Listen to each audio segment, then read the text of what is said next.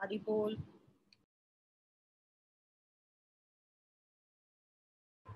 हरि बोल।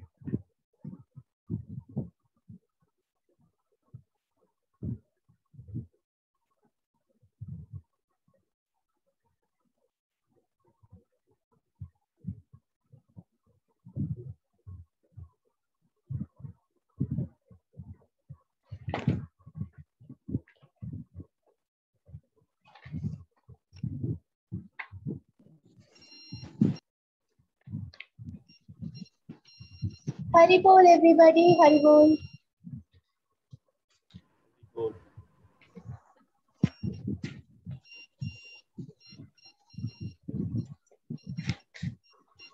Recording in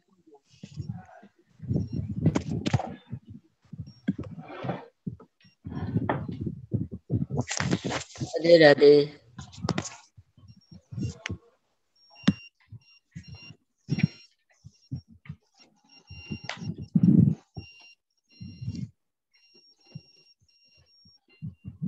Hari बोल।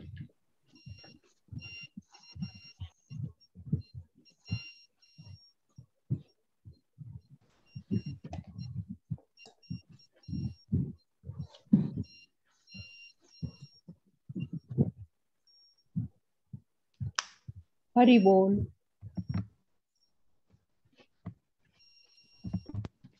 Hari Bol, everybody. All right. Hari बोल। Hari Bol. So we will begin. पढ़ना शुरू करते हैं। ये हफ्ते तक मैं पढ़ूंगी, नेक्स्ट वीक से I hope everybody has the books, और नेक्स्ट वीक से I will ask you guys to read. Okay, श्लोक नहीं बोलूंगी आप लोगों को, मुझे पता है थोड़े श्लोक प्रैक्टिस में टाइम लगेगा, लेकिन जो तात्पर्य है इन बुक्स के पेजेस तो मैं हमेशा फोटो लेके स्क्रीनशॉट लेकर के आप लोगों को दे ही रही हूँ, तो एटलीस्ट वो part you will start reading from next week. तो आज और कल मैं पढ़ूंगी, नेक्स्ट वीक से I will pick up one of you to read. तो हमेशा अपनी बुक लेकर के साथ में बैठना, या अपने लैपटॉप पे इन पेजेस को जिसको मैं शेयर करती हूँ उसको लेकर के बैठना, one of you will be reading it. ठीक है, चलिए। जय श्री कृष्णा। जय श्री कृष्ण। चलिए, let me begin with the prayers.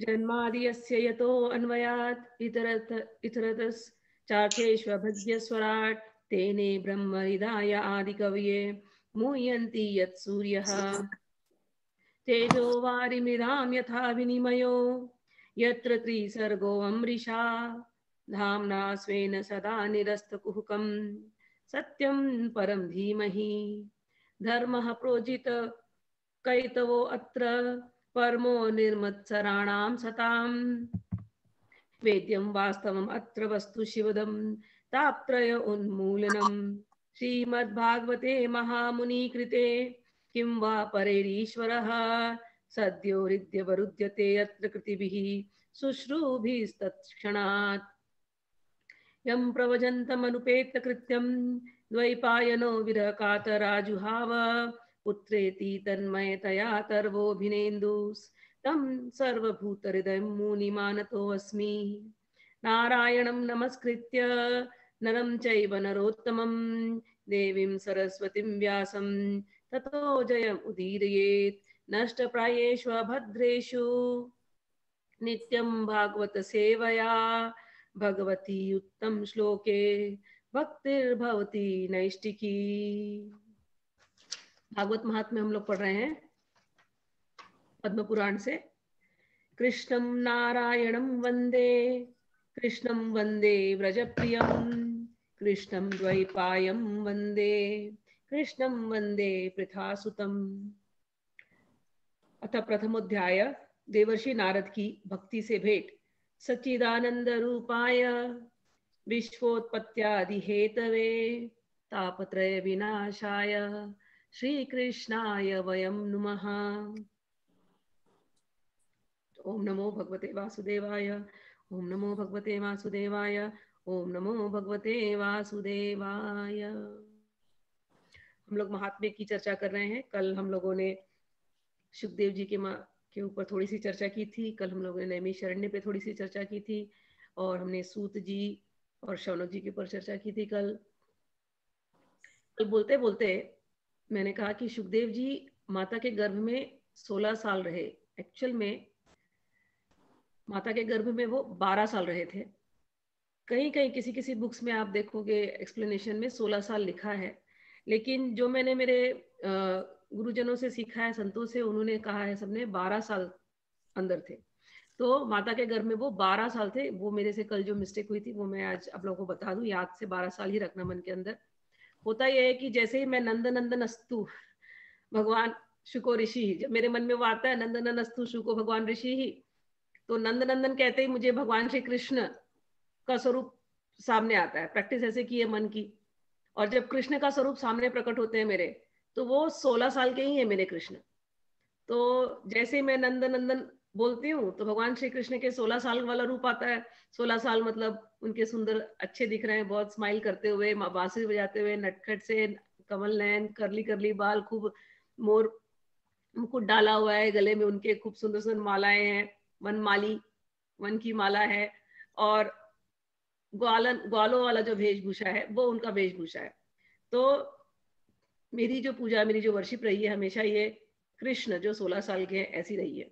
तो जैसे ही नंदनंदन कहती हूँ तो वो 16 साल पहले कृष्ण आ जाते हैं। फिर नंदनंदन रूप अस्तु सुखदेव, तब फिर सीधा जैसे सुखदेव जी, अब वही नंदनंदन जो कृष्ण है, जो करली बाल वाले, वही वो ग्वाले वाले, वो मुकुट को हट करके वो सुखदेव जी बन जा रहे हैं और वही मेरे लिए सुख बन जाते हैं। तो मेरे मन में वो 16 साल की उम्र ही बैठी हुई है, चाहे वो कृष्ण सुखदेव जी बन जाए तो भी वो 16 साल के ही लगते हैं मुझे। लेकिन जो गुरुओं से सीखा है, सुखदेव जी 12 साल माँ के गर्भ में थे जब वो निकले और वो सीधे वन की तरफ चले गए थे। तो ये मैं कल का करेक्शन आप लोगों को अभी करा दूं। अच्छा, अब हम लोग आगे बढ़ते हैं। हमने शौनक जी पर चर्चा की थी, सूत जी पर चर्चा की थी। सूत जी को हमने कहा कि महामतिम भगवनमती सूत जी गुरु के रूप में इस समय पर आसीन हैं और शौनक जी उनसे प्रश्न कर रहे हैं। तो भागवतम बहुत अच्छी बुक है, it is like story telling, okay.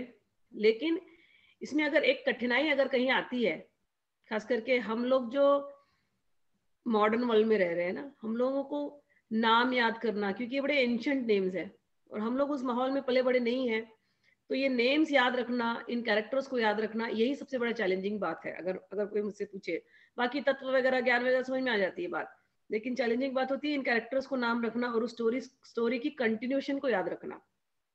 तो इसलिए जब भी आप भागवत नेक्स्ट टाइम पढ़ें, तो अभी आप लोगों ने सूत जी का नाम सुना, शौनक जी का नाम सुना।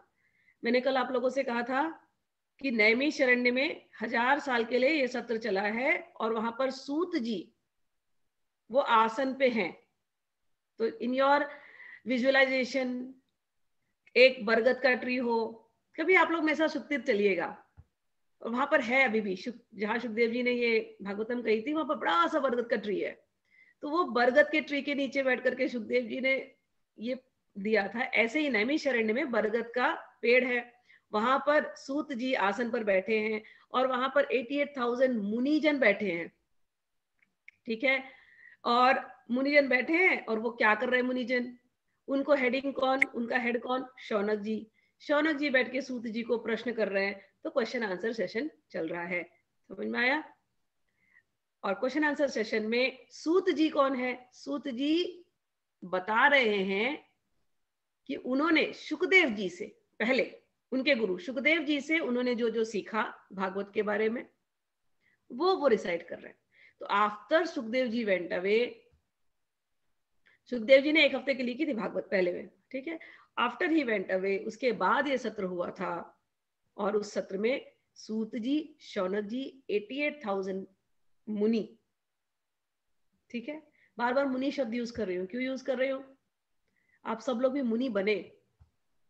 मुनि कौन होता है, जो मनन करता है, जो मौन रखता है।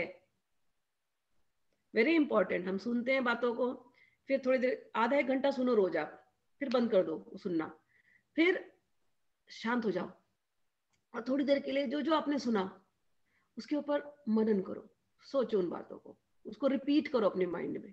This is the way you will continue the stories and उसके सार को तुम पकड़ पाओगे। कई बार भागवत की कहानियां हम पढ़ते हैं तो बहुत सारे कैरेक्टर्स या सिचुएशंस ऐसे होते हैं जो कि पढ़ करके लगेगा ये क्या है, this is not real, this unreal, unreal, I am telling you will not believe, क्योंकि मॉडर्न वर्ल्ड में हम वो देखते ही नहीं है। स्टोरीज ऐसी लिखी हुई हैं, कभी कभी ऐसे माइथोलॉजिकल, रियल में माइथोलॉजिकल लगता है कभी कभी कैरेक्टर्स, बट उस समय पर भी the way I learned it, असार को निकालो, सार को पकड़ो, है ना। हंस बनना चाहिए हमेशा, मैं ये कहती हूँ, हंस बन करके कथा सुनना, कि बहुत सारी बातें कई बार समझ में नहीं आएंगी, बहुत सारी सिचुएशंस पैलेटेबल नहीं लगेगा, नहीं ये क्या लिख रहे हैं, तो कुछ भी लिखा है इन्होंने, बट नहीं, वो सब सुनने में उसकी जो मेन जिस्ट है, जो मेन एसेंस है कथा की, जो मेन सार है, वो लेने का प्रयत्न करना। Don't just read it for the sake of reading. I will never encourage ritualistic reading, just read करना इसलिए रीड कर रहे हैं। हमारे यहाँ भागवत पढ़ने की प्रथा है, जब कोई मर जाते हैं तो पितृपक्ष होता है, तो उस समय पर भी श्राद्ध में भागवत वगैरह लोग पढ़ते हैं, रीड करने के लिए रीड करते हैं, ऐसे नहीं। आप लोग मुनियों की जैसे रीड करना, शौनक जी जैसे बनो आप लोग, हाँ, सूत जी जैसे बनो, वो मुनियों का जो सत्र था उसमें आप लोग भी हैं, एक हैं, ऐसे अपने आप को समझना और एक एक चीज को बैठ के मनन करना। जब आप मनन करेंगे तो श्रीमद् भागवतम समझ में आएगी। मैंने आपको कहा था श्रुत ज्ञान है, फिर मनन ज्ञान है, फिर अनुभव का ज्ञान है, भावना का ज्ञान है। आपको अपनी जो विजडम है वो वहां जगानी है। सुना, एक कान से सुना, वहां से निकाल दिया, फिर कल आए रिचुअल जैसे बैठे फिर चले गए, नहीं, सुन करके इसको जीवन में उतारना है। तो ये आप बनना, हंस बनना, चातक बनना, कहानी में से जो मेन चीज है उसको लेना, मीन बनना और शुक बनना, यही आपको होना चाहिए। तो कैरेक्टर सब आपको याद है, नैमिषारण्य स्थान, और उसके बाद वहां पर बरगद के पेड़ के नीचे सूत जी हैं, शौनक जी को वो कथाएं बता रहे हैं। कौन सी कथाएं बता रहे हैं? वो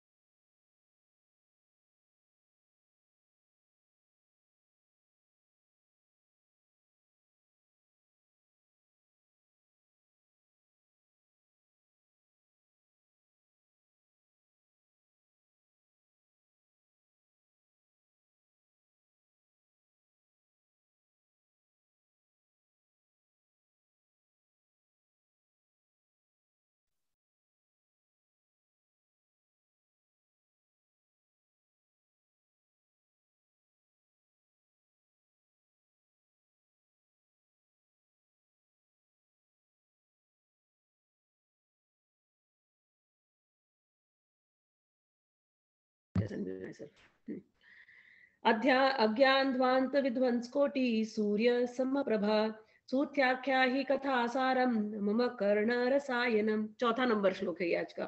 भक्ति ज्ञान विरागाप्तो विवेको वर्धतो महान माया मोह निरासश्च वैष्णवे क्रियते कथम इह घोर कलौ प्रायो जीवश्च सुरतां गतः क्लेशाक्रांतस्य तस्यैव स्मिता जी, शोधने। हाँ, कौन सी कथा बता रहे हैं शौनक मुनि? उसके बाद से कुछ सुनाई नहीं आया। उसके बाद भागवत महात्म्य में हूँ, और 4 नंबर जो श्लोक है शौनक उवाच, वहां से मैंने 4 से लेकर के 6 तक पढ़ा है बस। ठीक है। शौनक जी बोले, सूत जी, आपका ज्ञान अंधकार के कष्ट को नष्ट करने वाला करोड़ों सूर्यों के समान है। आप हमारे कानों के लिए रसायन, अमृत स्वरूप सार गर्भित कथा कहिए। भक्ति ज्ञान और वैराग्य से प्राप्त होने वाले महान विवेक की वृद्धि किस प्रकार होती है तथा वैष्णव लोग किस तरह इस माया मोह से अपना पीछा छुड़ाते हैं। इस घोर कलिकाल जीव में जीव प्रायः आसुरी स्वभाव के हो गए हैं। विविध क्लेशों से आक्रांत इन जीवों को शुद्ध दैवी शक्ति संपन्न बनाने का सर्वश्रेष्ठ उपाय क्या है? तो कुछ वर्ड्स हैं यहाँ पर। कर्ण रसायन, मैंने कल कहा था कर्ण रसायन इज लाइक दवा, है ना। कुछ दवा कड़वी दवा होती है और कुछ दवा बड़ी मीठी दवा होती है। कुछ टैबलेट के फॉर्म में होती है, कुछ कैप्सूल के फॉर्म में होती है, कुछ पाउडर्ड फॉर्म में होती है और कुछ लिक्विड फॉर्म में होती है। तो कुछ दवाएं बड़ी कड़वी है। हम लोग जो ध्यान मार्ग से भगवान को प्राप्त करते हैं, योग मार्ग से भगवान को प्राप्त करते हैं, ज्ञान मार्ग से भगवान को प्राप्त करते हैं, कर्म कांड के मार्ग से जो भगवान को प्राप्त करने का जो रास्ता अपनाते हैं, ये सब जो दवाइयां हैं, ये सब जो रसायन है, ये वो कड़वी दवाइयों के समान है। लेकिन भगवान की जो कथाएं हैं ये मीठी है। कर्ण रसायन, ये मीठी दवाइयां, ये कान के थ्रू जाती है, इतनी मीठी है, इनमें इतना आनंद आता है, इसमें कोई कड़वापन नहीं है और बड़े आसानी से आप भगवान को प्राप्त कर सकते हैं। इसमें अंतःकरण को शुद्ध करने का सबसे सरल, सबसे इजी दवाई, सबसे इजी कर्ण रसायन, कर्ण मतलब कान, रसायन मतलब उसकी दवाई, ये सीधे अंदर जाती है हार्ट में, अंतःकरण में, सबकॉन्शियस में चली जाती है आपके और उसकी सफाई कर देती है। तो कथा क्या है? कर्ण रसायन। किसके लिए पूछ रहे शौनक जी? शौनक जी पूछ रहे भाई कली काल में लोग बड़े आसुरी प्रवृत्ति के हो गए। पहले के जब हम कथाएं पढ़ते थे सतयुग में या त्रेता युग में तो राक्षस लोगों की डिस्क्रिप्शन होती थी, दांत होते थे भयंकर, बड़े बड़े ऊंचे ऊंचे, विकराल आंखें, ऐसे ऐसे दिखाई देते थे, उनका एक लुक होता था स्पेसिफिक। बट ये कह रहे हैं कलिकाल में आसुरी वृत्ति हो गई लोगों की, मतलब हम जिस युग में रह रहे हैं, हम कलयुग में रह रहे हैं, तो यहाँ पर भी राक्षस है, लेकिन अब वो राक्षस तो दिखाई नहीं दे रहे जो पहले वाले थे। अभी के राक्षस कैसे? अभी के राक्षस बराबर हमारे ऐसे ही पैंट शर्ट पहनते हैं, प्रॉपर ऑफिस जाते हैं, प्रॉपर कॉलेज एजुकेशन लेते हैं, सब कुछ करते हैं, लेकिन वृत्ति उनकी आसुरी है, वृत्ति उनकी पूरी रजोगुणी तमोगुणी है। और आसुरी वृत्ति होने की वजह से वो बहुत परेशान रहते हैं। क्लेश आक्रांतस्य, बहुत बहुत परेशान रहते हैं, बहुत क्लेश उनके जीवन में होता है, क्योंकि वो आसुरी वृत्ति के हो गए हैं। तो हे सूत जी, कोई ऐसा उपाय बताइए जिससे इनके अंदर भी दैवी प्रकृति आ जाए, इनके अंदर भी भक्ति पुष्ट हो, ज्ञान वैराग्य इनके अंदर भी आ जाए। तो ऐसा कैसे हो सकता है जिससे इनका भी भला हो जाए? तो ये अभी यहां पर पूछ रहे हैं। श्रेयसाम, 7वां श्लोक, श्रेयसाम यद्भवेत् श्रेयः पावनानां च पावनं कृष्ण प्राप्तिकरं शश्वत् साधनं तद् वदधुना चिन्तामणिर्लोकसुखं सुहृद्रुः स्वर्गसम्पदं प्रच्छति गुरुप्रीतो वैकुंठम योगी दुर्लभम। सूत जी, आप हमें यह शाश्वत साधन बताइए जो सबसे अधिक कल्याणकारी तथा पवित्र करने वालों में भी पवित्र हो, तथा जो भगवान श्री कृष्ण की प्राप्ति करा दे। यहाँ पर बहुत सुंदर एक बात बोली है, सूत जी पूछ रहे हैं, 2 चीज पूछ रहे हैं। वो कथाएं सुनाइए, पावना नाम च पावनम, जो पावन हो चुके हैं उनको भी पावन कर दे, जो पवित्र हो चुके हैं उनको भी पवित्र कर दे। ये क्या है भाई, जो पवित्र हो गए उनको और क्या पवित्र करना, तो पवित्र हो गए ना। लेकिन बात ऐसी है, जैसे मेरा ये कपड़ा है, ये अभी साफ दिख रहा है, थोड़ी देर में गंदा हो जाएगा, है ना, फिर मुझे इसको धोना पड़ेगा, फिर ये साफ होगा, लेकिन कोई गारंटी है कि गंदा नहीं होगा दोबारा? ये गंदा तो होगा, तो मुझे इसको बार बार साफ करना पड़ेगा। तो कपड़े को हम बार बार साफ कर रहे हैं, हम अपने शरीर को दिन में 2 बार नहाते हैं, साफ करते हैं, क्योंकि रोज गंदा हो रहा है। हम रोज सुबह उठते हैं, ब्रश करते हैं, रात को सोते समय ब्रश करते हैं, दांत गंदा हो रहा है। तो हम सफाई का इतना ख्याल रखते हैं, तो ये जो हमारा मन है और ये जो हमारा चित्त है, जैसे हम संसार के साथ जो डीलिंग करते हैं रात दिन, है ना, कितनी स्ट्रेटजीज लगाते हैं, जॉब पर जाते हैं, कितने पॉलिटिक्स खेलते हैं हम लोग, सब लोग खेलते हैं, करना पड़ता है, संसार है ये, they will make you do it even if you don't want to do it. तो ये सब कुछ करने से मन हमारा मलिन होता है। जब हम संसार में रहते हैं, ज्यादा इंटरेक्शन संसार में होता है, मन मलिन होता है, मन गंदा होता है हम लोगों का। तो मन की सफाई कैसे की जाए? शरीर का तो ध्यान दे दिया, कपड़े का तो ध्यान दे दिया, मन के सफाई का?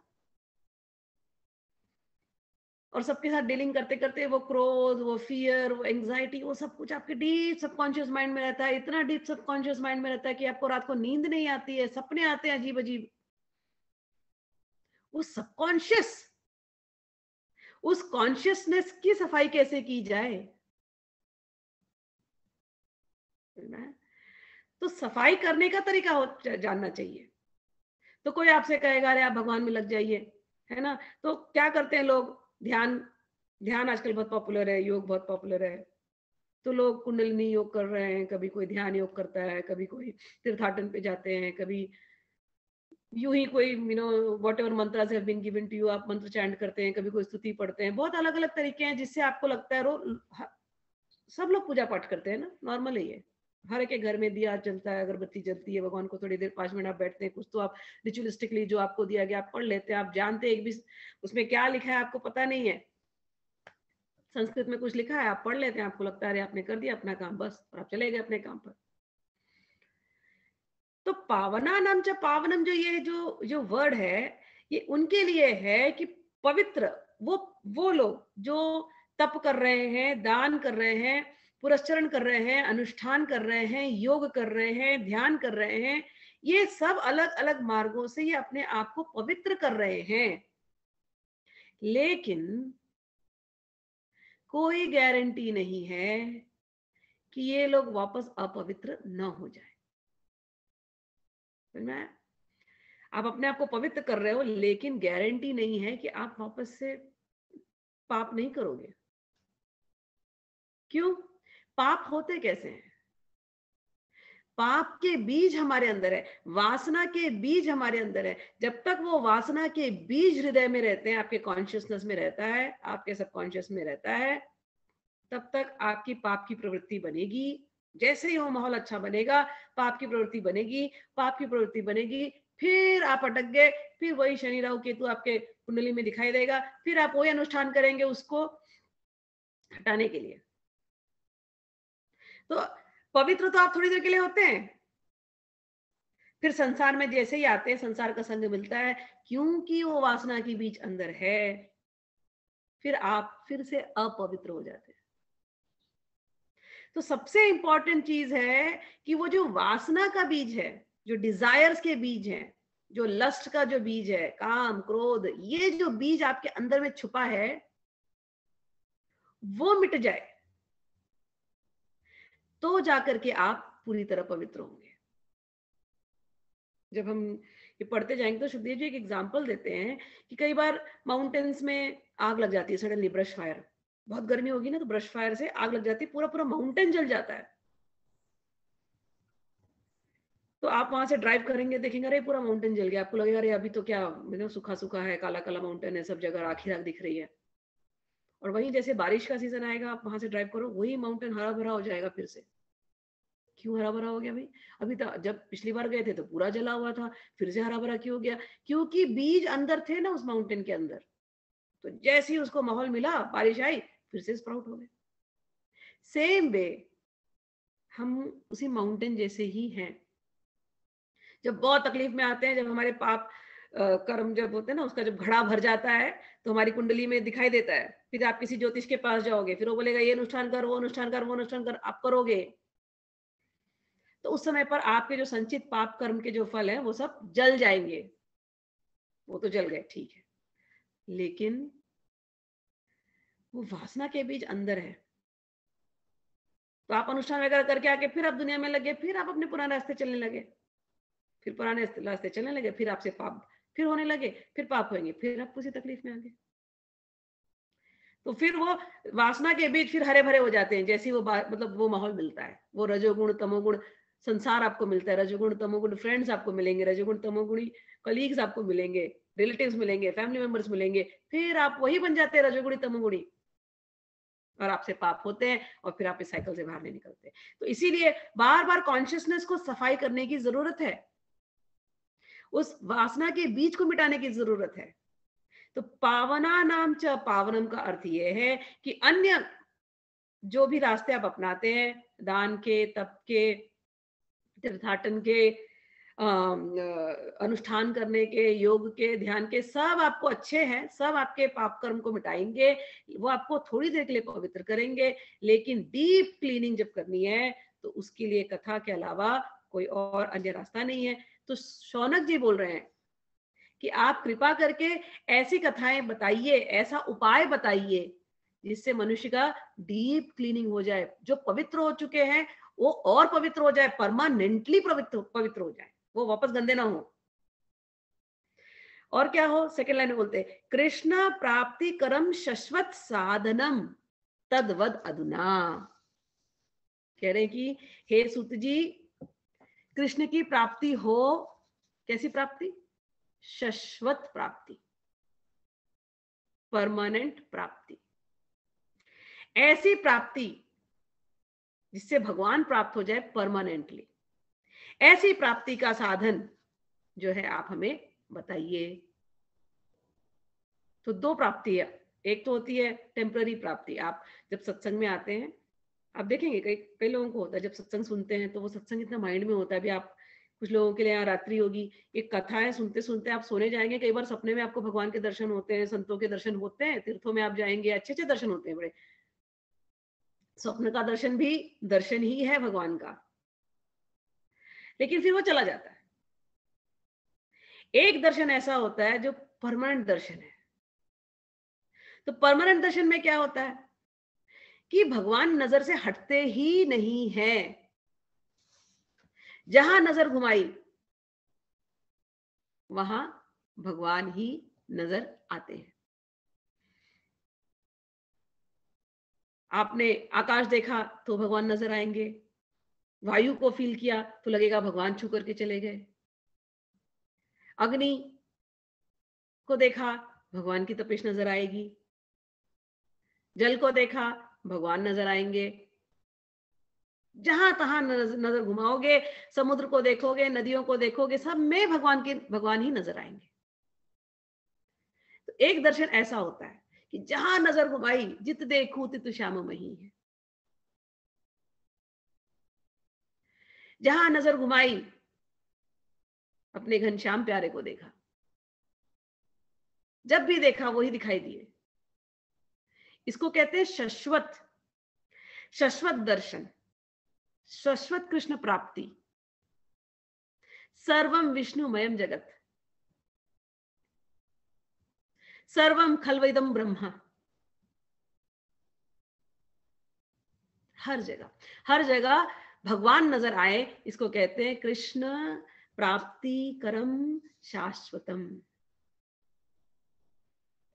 एक बार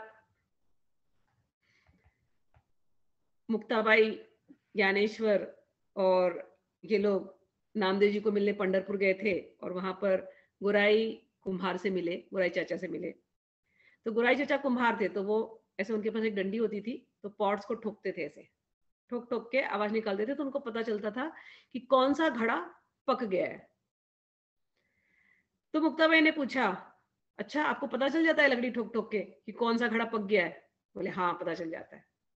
तो उन्होंने बोला, अच्छा हम लोग यहाँ जो बैठे हैं, हम में से कौन कौन पक गए यहाँ पर? नामदेव उस समय पंढरपुर के बहुत बड़े संत थे, ज्ञानेश्वर भी बहुत बड़े संत थे, ये दोनों की मुलाकात हुई है, मुक्ताबाई वहां बैठी है। सबने उनको नमस्कार किया है नामदेव को, मुक्ताबाई ने नहीं किया था, क्योंकि मुक्ताबाई को नामदेव की जो है, मतलब गुराई कुमार बोल देते तो मुक्ताबाई कर लेती। तो मुक्ताबाई ने बोला कि जरा ठोक करके बताइए कि कौन, गुराई चाचा को बोला कौन इसमें पका हुआ है। तो डंडा लेकर के गुराई चाचा ने सबके ऊपर ठोका, और जब नामदेव के ऊपर ठोका, ठोकने का अर्थ ये था कि ये बताने के लिए कि कौन इसमें ज्ञानी है जिसने भगवान की प्राप्ति कर ली है। तो नामदेव के ऊपर ठोका तो नामदेव के अंदर थोड़ा सा अहंकार आ गया। तो गुराई चाचा ने बोल दिया कि सब लोग यहाँ पर पक्के हुए घड़े हैं, ये नामदेव अभी कच्चा घड़ा है। तो नामदेव को बड़ा बुरा लग गया, ऐसे कैसे बोल दिया कच्चा घड़ा? भगवान मेरे से आकर के बात करते हैं, विट्ठल विठोबा मुझसे आकर के बात करते हैं, मेरे हाथ का खाना खाते हैं, और आप कह रहे हो कि मैं कच्चा घड़ा हूं? तो गुराई चाचा बोले हाँ कच्चा घड़ा, और वहां से सब चले गए। रात को फिर विट्ठल के पास गए, नामदेव बोले ये क्या बात हुई, आप मेरे से बात करते हो और फिर भी इन लोगों के सामने आप चुप रहे, और इन लोगों को बताया नहीं कि मैं पक्का खड़ा हूं। भगवान बोले नहीं, अब उन्होंने बोल दिया तुम कच्चे खड़े हो तो कच्चे खड़े हो। बोले तो मैं कैसे पक्का खड़ा बनूंगा? बोले जाओ विठोबा खेचर के पास, उनके गुरु, जाओ उनके पास जाओ, वो तुम्हें पक्का खड़ा बनाएंगे। तो नामदेव गए विठोबा खेचर के पास। तो विठोबा खेचर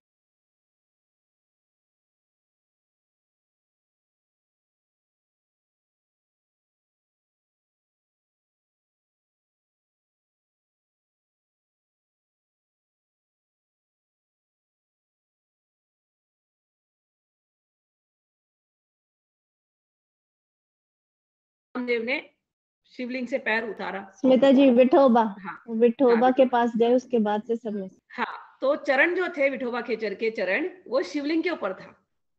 तो नामदेव सोचे अरे ये कैसा व्यक्ति है, इससे मैं सीखूंगा, इसके पास बैठ करके मैं पक्का खड़ा बनूंगा, इसने तो अपने चरण को रखा है शिवलिंग के ऊपर। तो आए, उठाए विठोबा खेचर को, बोले आप शिवलिंग का आदर तो कीजिए, अपने चरण को नीचे रखिए। तो विठोबा खेचर बोले ठीक है, तू उठा मेरे चरण और रख दे कहीं भी जहां तेरी मर्जी हो।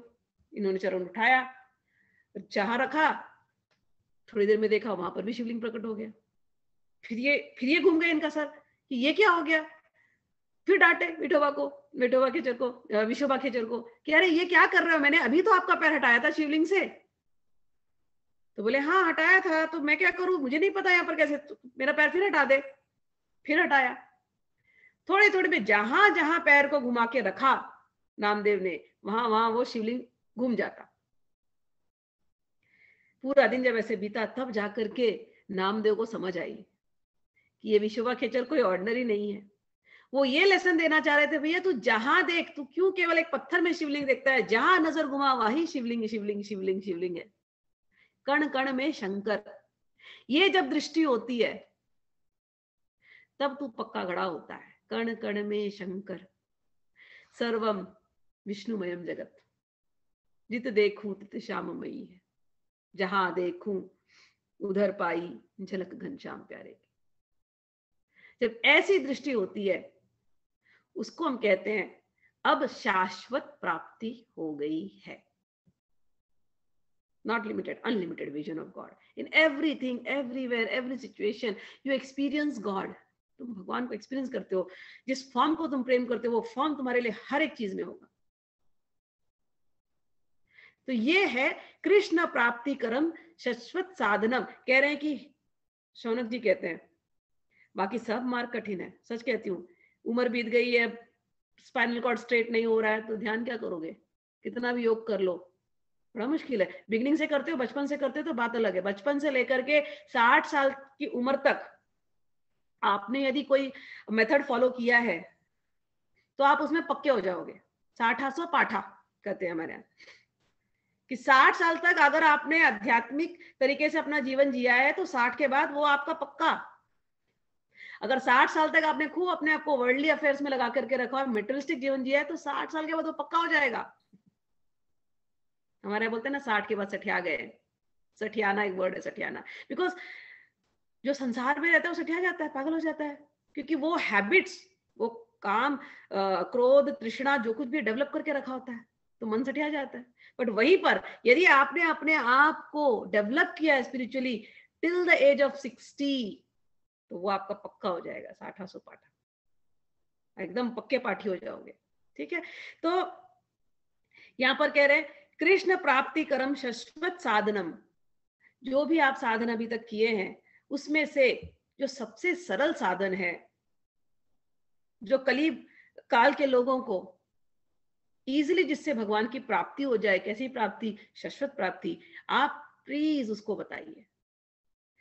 और कहते हैं चिंतामणिर लोक सुखम सुरुद्रु स्वर्ग संपदम प्रयच्छति गुरु प्रीतो वैकुंठम योगी दुर्लभम। गुरु की बात कही शौनक जी ने अभी कि चिंतामणि किसी को मिल जाए, जो चिंतामणि तो लोक के सुख दे देगी आपको। कल्प वृक्ष के नीचे चले जाइए तो कल्प वृक्ष तो आपको स्वर्ग की संपदा दे देगा, लेकिन ये सब टेम्पररी है। स्वर्ग भी मिल जाए तो टेम्पररी है, लोक के सुख तो हम जानते ही टेम्पररी। लेकिन यदि गुरु प्रीतो, अगर गुरु की प्रीति हो जाए, गुरु अगर प्रसन्न हो जाए, तो गुरु तो जो योगियों को भी दुर्लभ है, ऐसी वैकुंठ की संपदा गुरु दे देते हैं। अच्छा, शौनक जी जिन गुरु के पास गए हैं, यहाँ पर गुरु सूत जी मंत्र नहीं दे रहे हैं, समझ में आया ना? तो मंत्रों का उपदेश नहीं है, यहाँ पर हित उपदेश है, हितकारी कथा, जिससे आपका हित हो जाए। तो यहाँ पर मंत्र देने वाले गुरु नहीं है, यहाँ पर कथा देने वाले गुरु के रूप में सूत जी बैठे हैं। कथा भी अपने आप में आपको सब कुछ प्रदान कर सकती है। लिखा है ना यहाँ पर, चिंतामणि तो लोक के सुख दे देगी, और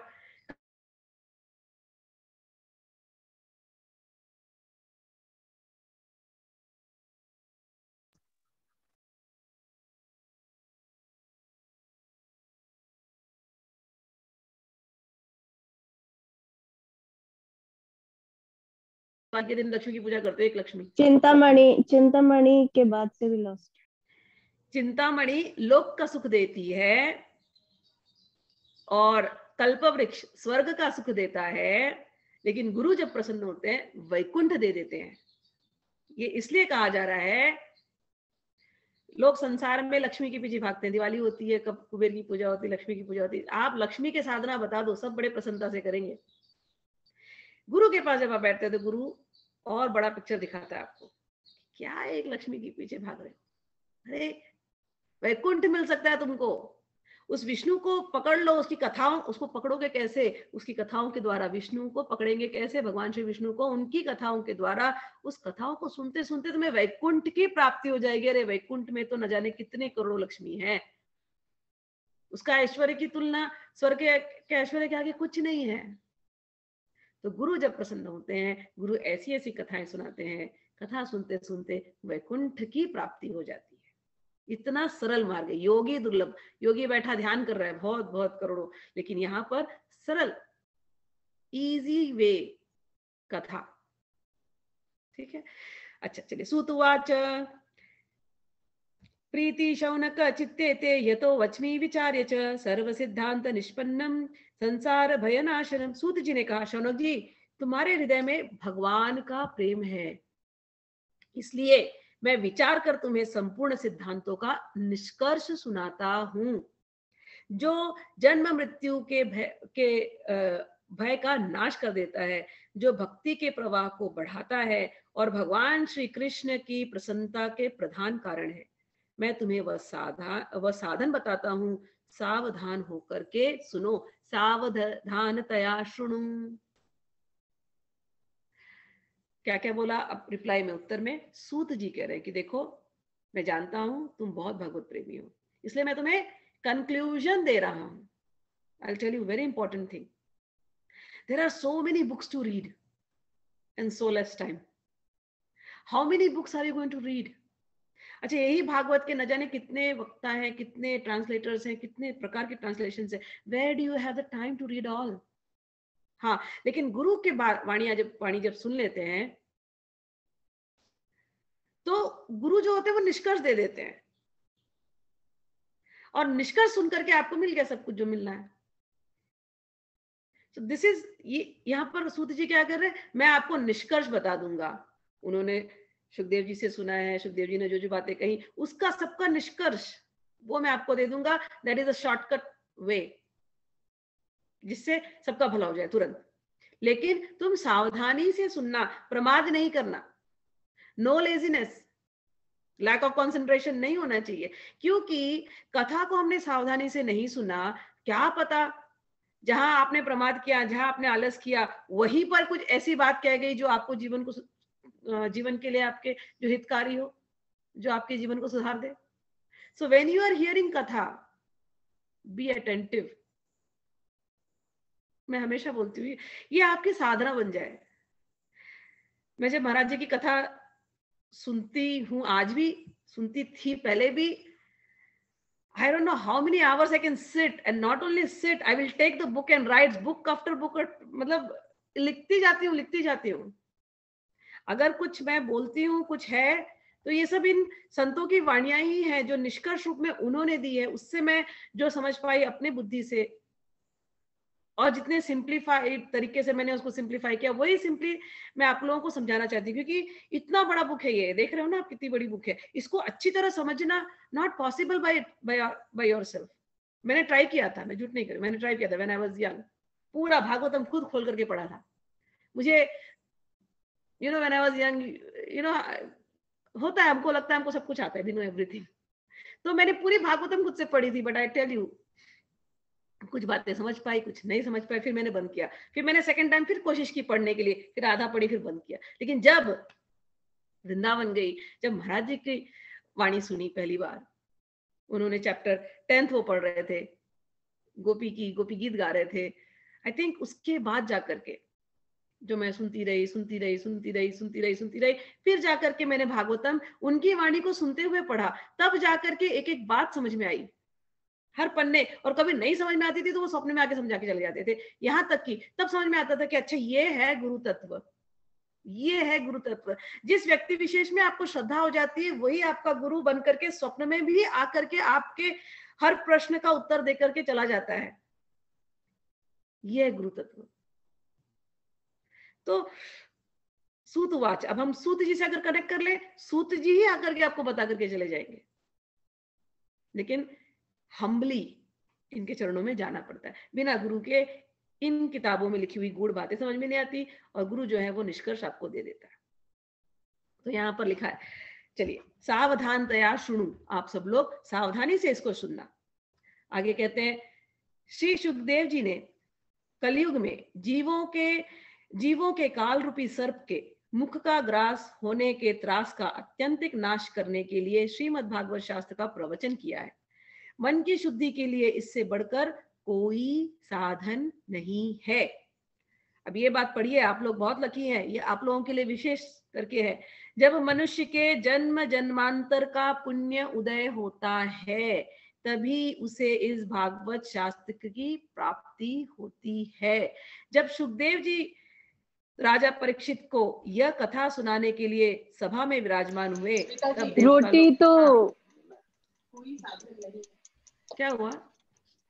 सविता म्यूट कर लेना, सविता म्यूट कर लेना। जब सुखदेव जी राजा परीक्षित को यह कथा सुनाने के लिए सभा में विराजमान हुए, तब देवता लोग उनके पास अमृत का कलश लेकर आए।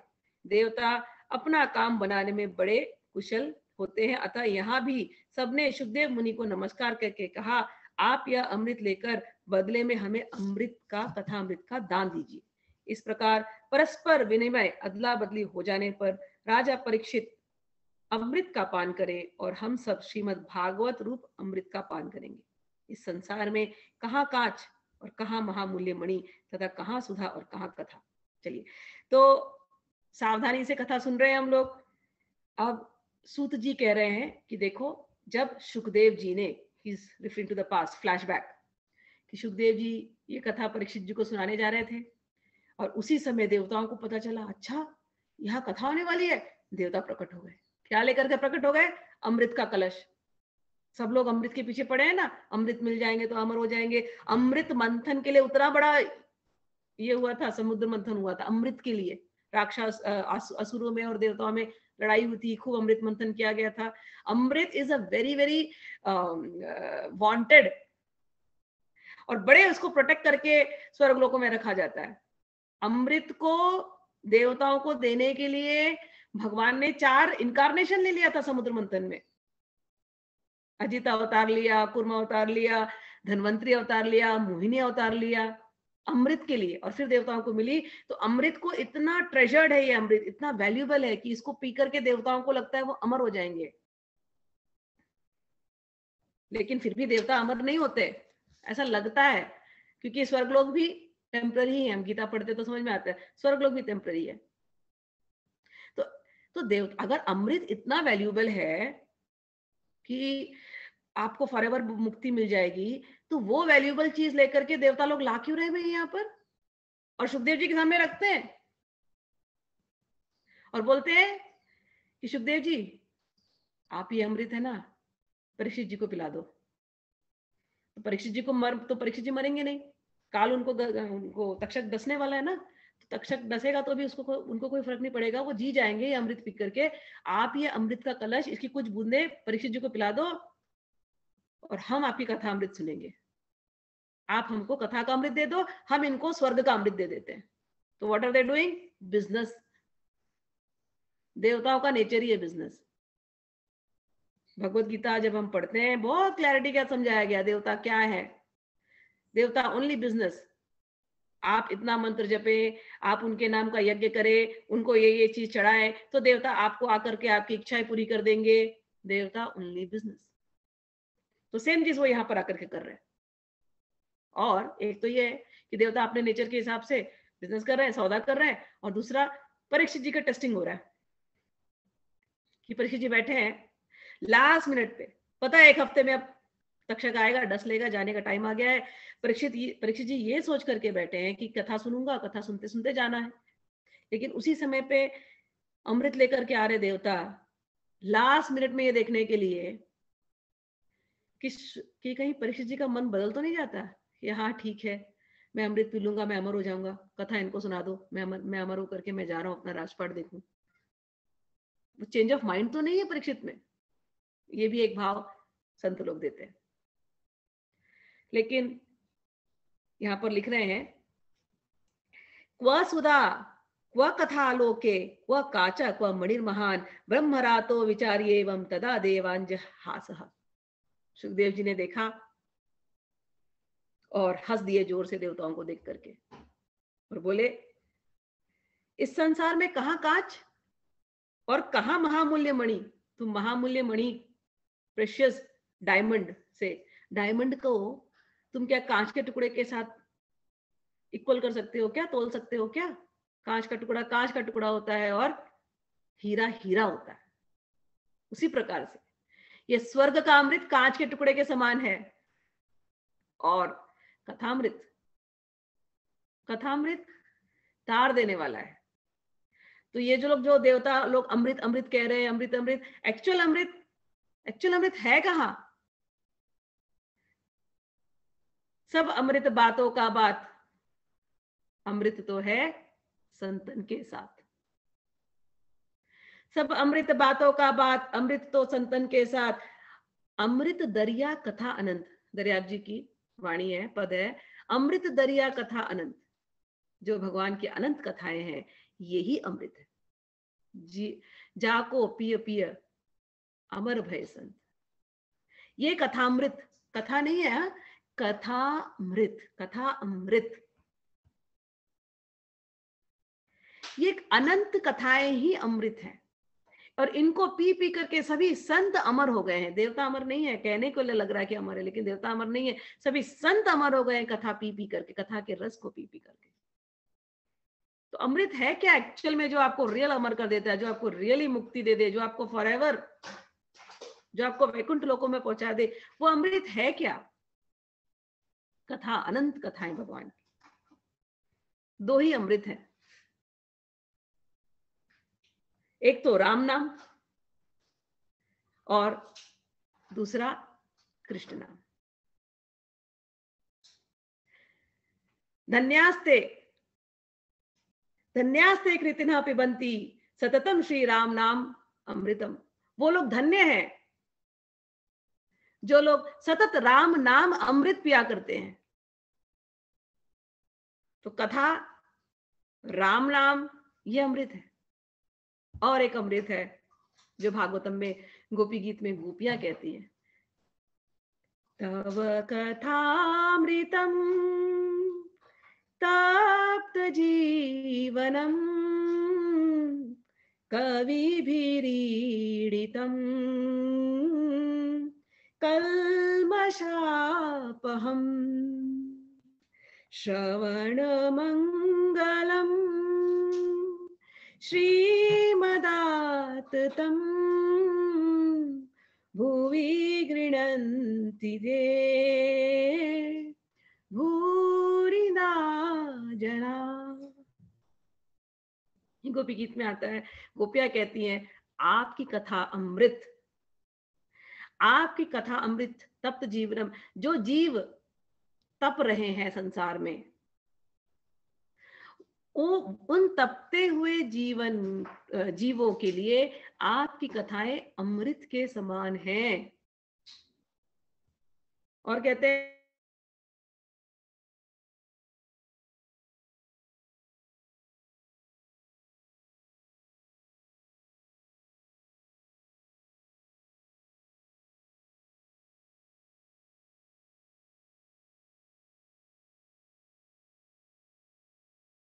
यदि किसी को अपने सफरिंग और कहते हैं सभी कवि कहते हैं कि आपकी कथाएं कलमश को दूर करने वाली हैं, सारी सफरिंग को दूर करने वाली है। और कैसी भगवान की कथा है, श्रवण मंगलम। सुनते ही, भगवान की कथाएं सुनते ही सब जगह मंगल मंगल मंगल होने लगता है, सब जगह ऑस्पिशियसनेस छा जाती है। सच बात है ना, जितनी कथाएं सुनो ऐसा लगेगा अरे सब कुछ, जीवन इतना सुंदर है, सुंदर हो जाता है, मंगलमय हो जाता है जीवन। श्रवण मंगलम श्रीमदाततम,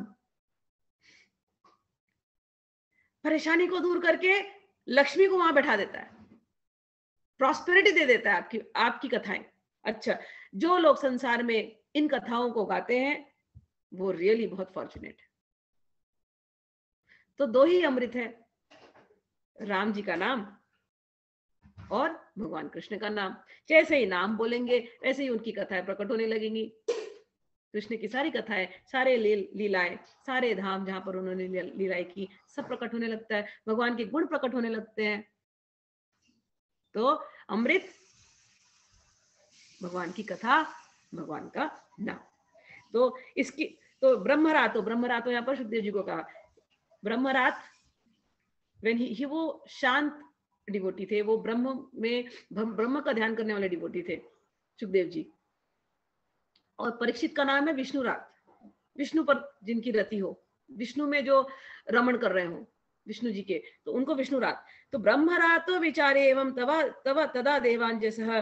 अच्छा, उसके बाद आगे कहते हैं सुखदेव जी ने कहा सुखदेव जी ने यह सोचकर उस समय देवताओं की हंसी उड़ा दी, उन्हें भक्ति शून्य कथा का अनधिकारी जानकर कथा अमृत का दान नहीं किया। सुखदेव ने मना कर दिया इनको। क्यों? कथा सौदागरी नहीं है, कथा बिजनेस नहीं है।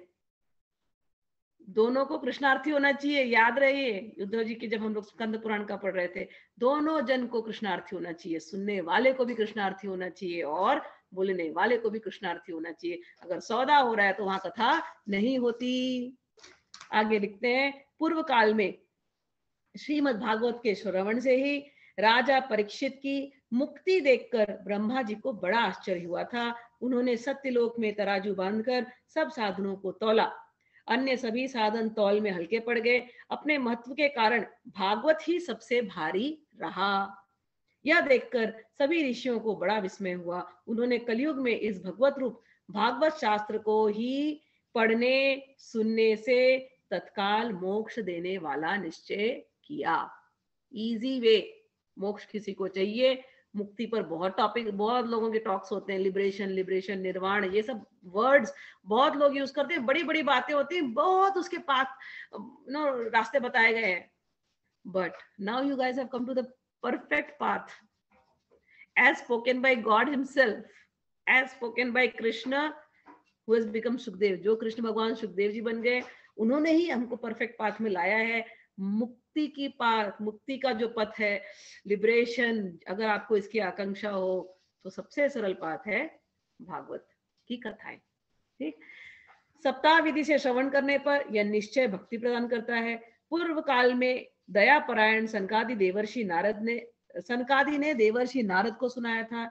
यद्यपि देवर्षि ने पहले ब्रह्मा जी के मुख से इसे श्रवण कर लिया था, तथापि सप्ताह श्रवण की विधि तो उन्हें सनकादिक ने ही बताई थी। शौनक उवाच लोक विग्रह मुक्तस्य नारदस्याथिरस्य च विधिश्रवे कुत प्रीति संयोगो कुत्र तैसः। शौनक जी ने पूछा, संसारिक प्रपंच से मुक्त एवं विचरणशील नारद जी का सनकादि साथ संयोग कहाँ हुआ और विविध विधि विधान के श्रवण में उनकी प्रीति कैसे हुई। तो अब कहानी आगे चलती है। सूत जी ने बताया, सुखदेव जी ने ये कथा परीक्षित को दे रहे थे, लेकिन उस समय देवता लोग आ गए, तो सुखदेव जी ने वो देवताओं को कथा नहीं सुनाई है, क्योंकि उन्होंने बिजनेस करने की कोशिश की, सौदा करने की कोशिश की, तो ये कथा परीक्षित जी को सुनाई गई थी। अब दूसरी बात पूछ रहे हैं कि ठीक है, परीक्षित जी को सुनाई थी। सूत जी आगे बोलते हैं कि देखो, ये कथा नारद जी को सनकादियों ने बताई थी, और उसके पहले नारद जी ने यही कथा ब्रह्मा जी से भी सुनी थी। नारद जी जो है बहुत पॉपुलर है, बिना नारद जी के भगवान की कथाएं नहीं होती। हमारे यहाँ नारद जी को भगवान का मन कहा गया है, इसलिए हर स्टोरी आप देखो उसमें नारद जी का कैरेक्टर होता ही है। We all know, Narayan Narayan बोलते हैं वो वहां हो ही जाते हैं, चाहे वो कृष्ण का अवतार लो, चाहे परशुराम अवतार लो, राम जी का अवतार लो, हर अवतार में नारद जी हैं ही। नारद जी भगवान के मन है। नारद जी के ऊपर और भी चैप्टर्स आएंगे आगे चल करके, तो उसमें हम लोग नारद जी पर चर्चा करेंगे। तो नारद जी को सप्ताह की विधि, सप्ताह पारायण की जो विधि है, ये सनकादियों से मिला था। सनकादि जो है, जब ब्रह्मा जी जब सृष्टि का निर्माण करते हैं तो उनके 4 पुत्र निकलते हैं। पहले 4 पुत्र होते हैं, सनत, सनंदन, सनातन, सनक। तो ये जो चारों हैं, ब्रह्मा जी ने एक्सपेक्टेशन रखी थी कि ये लोग जाकर के सृष्टि का निर्माण करेंगे आगे, बट दे वर सो शुद्ध, वो तुरंत ही निकल गए, बोले नहीं हमको नहीं पढ़ना इसके अंदर, वो ब्रह्म ऋषि हैं, फॉरएवर सेंट्स, वेरी प्योर, सत्वगुण प्रधान है वो। तो वो लोग वहां से छोड़ करके चले गए। तो उन्हीं को टोटल, उन्हीं को जब चारों को एक साथ उन लोग कहते हैं सनकादि, ठीक है। तो ये चारों इनको बद्री नारायण में मिले थे नारद मुनि को। तो अब कथा सनक आदि मतलब ये चार ब्रह्म ऋषि और नारद, इनके बीच में अब कथा चल रही है जो सूत जी सुना रहे हैं। ठीक, सूत जी ने कहा अब मैं तुम्हें वह भक्तिपूर्ण कथानक सुनाता हूं जो सुखदेव जी ने मुझे अपने अनन्य शिष्य जानकर एकांत में सुनाया था। एक दिन विशालापुरी में वे चारों निर्मल ऋषि सत्संग के लिए आए। विशालापुरी यानी बद्रीनारायण। वहां उन्होंने नारद जी को देखा।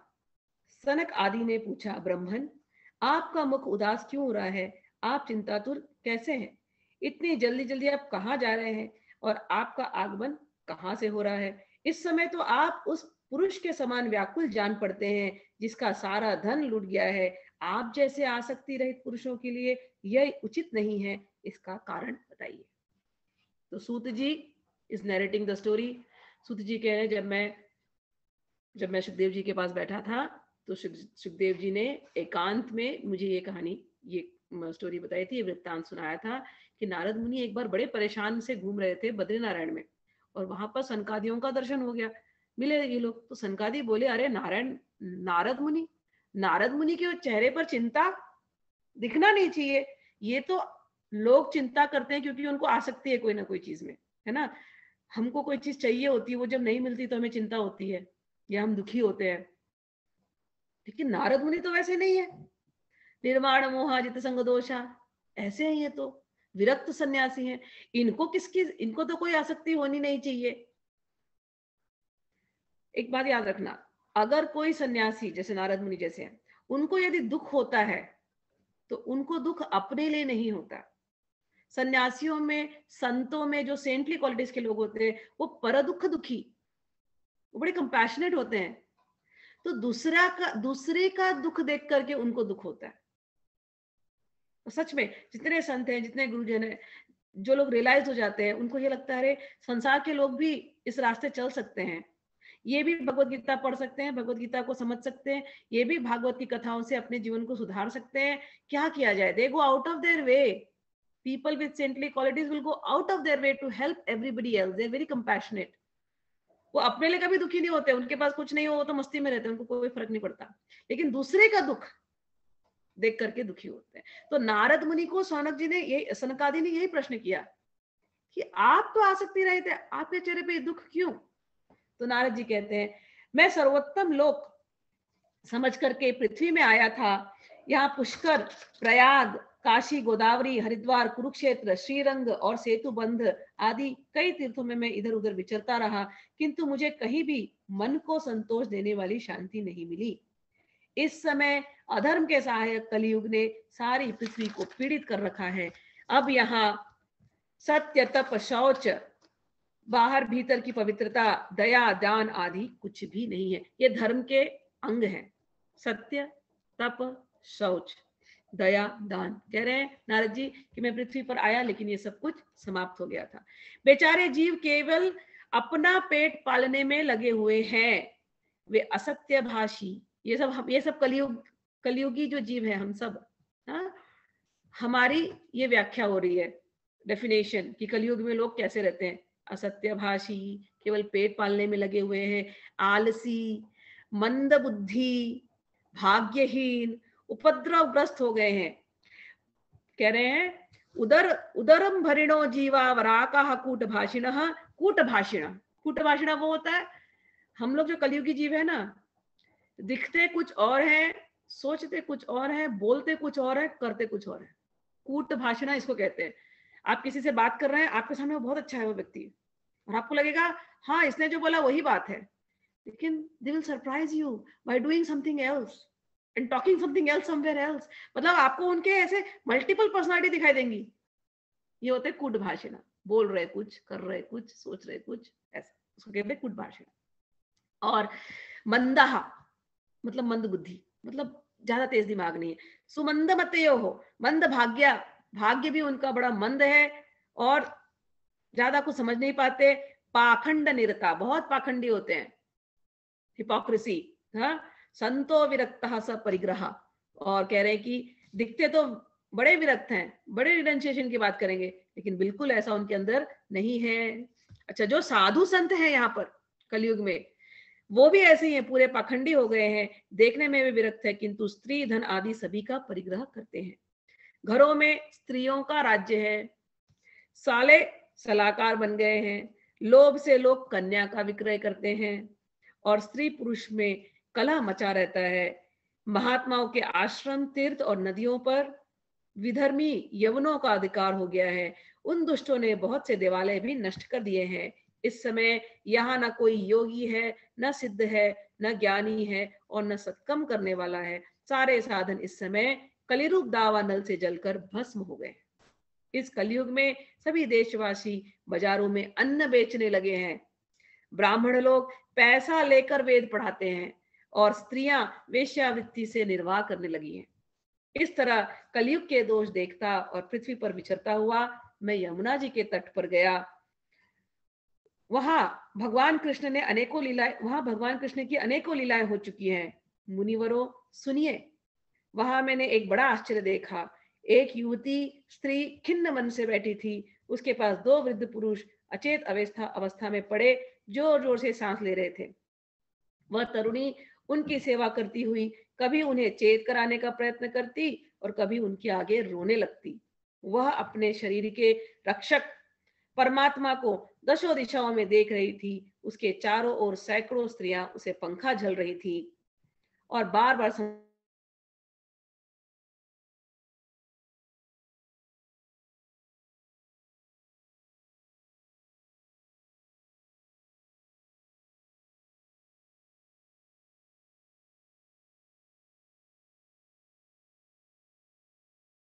और वो जो पुत्र थे, ज्ञान और वैराग्य थे, उनकी दशा क्या हुई थी, इसके ऊपर हम लोग कल चर्चा करेंगे। ठीक है, आज कथा को यहीं पर विराम देते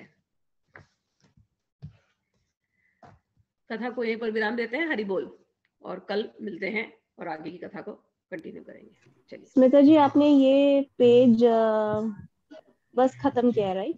जो आप आज ये पेज खत्म किया। हाँ, आज इस पर विराम देते हैं, इस पेज पर। कल भक्ति रानी, ये जो भक्ति रानी थी और उनके 2 पुत्र थे ज्ञान वैराग्य, उनकी क्या दशा हुई है उसके ऊपर कल हम लोग चर्चा करेंगे। ठीक है, चलिए अभी विराम। Thank you. हरि बोल। हरि बोल। राधे राधे। हरि बोल।